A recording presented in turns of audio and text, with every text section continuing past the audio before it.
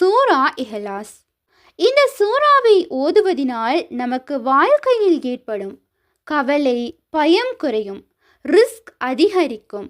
அதாவது உழைப்பு மற்றும் வாழ்க்கை வசதி உயரும். மேலும் துஆக்களை கபூலாக்கக்கூடிய ஒரு திறவுகோலாகவும் இந்த சூறா காணப்படுகின்றது.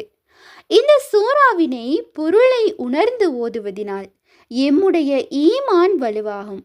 இந்த சூறாவினை சில நேரங்களில் ஓதுவது என்பது சிறப்புக்குரிய விடயமாக காணப்படுகின்றது.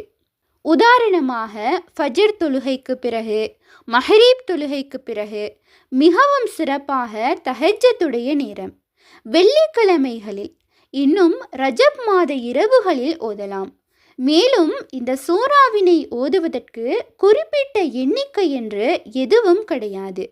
ஆனாலும் அமல் செய்ய வசதியாக இருக்க வேண்டும் என்று உலமாக்களால் சில எண்ணிக்கைகள் கூறப்பட்டுள்ளது. அது பிதஅத்தாக அமையாது. சூரா ஓதுவது என்பது ஒரு சுன்னத்தாகும். அதிகமாக ஓதுவது அனுமதிக்கப்பட்டுள்ளது. எண்ணிக்கை வேண்டுமென்றால் 3 முறை ஓதிக்கொள்ளலாம். 3 முறை ஓதுவது தினசரி பரக்கத்தை பெற்றுத்தரும். 11 முறை ஓதலாம். பாவ மன்னிப்பை பெற்றுத்தரும். பெரிய ஹாஜத்துகள் இருந்தது என்றால் 33 முறை ஓதலாம். இன்னும் ரஜப் மாதத்தில் 100 முறை ஓதுவது என்பது மிக மிக சிறப்புக்குரிய விடயமாக இருக்கும். இதை ஓதும் போது இந்த முறைகளினை பின்பற்றினால் இன்னும் சிறப்பாக அமையும். முதலாவது வுளூ செய்து கொள்ளுங்கள். கிப்லாவை நோக்கி அமர்ந்து கொள்ளுங்கள். அஸ்தாஃபிருல்லாஹ் என்று 3 முறை ஓதிக்கொள்ளுங்கள்.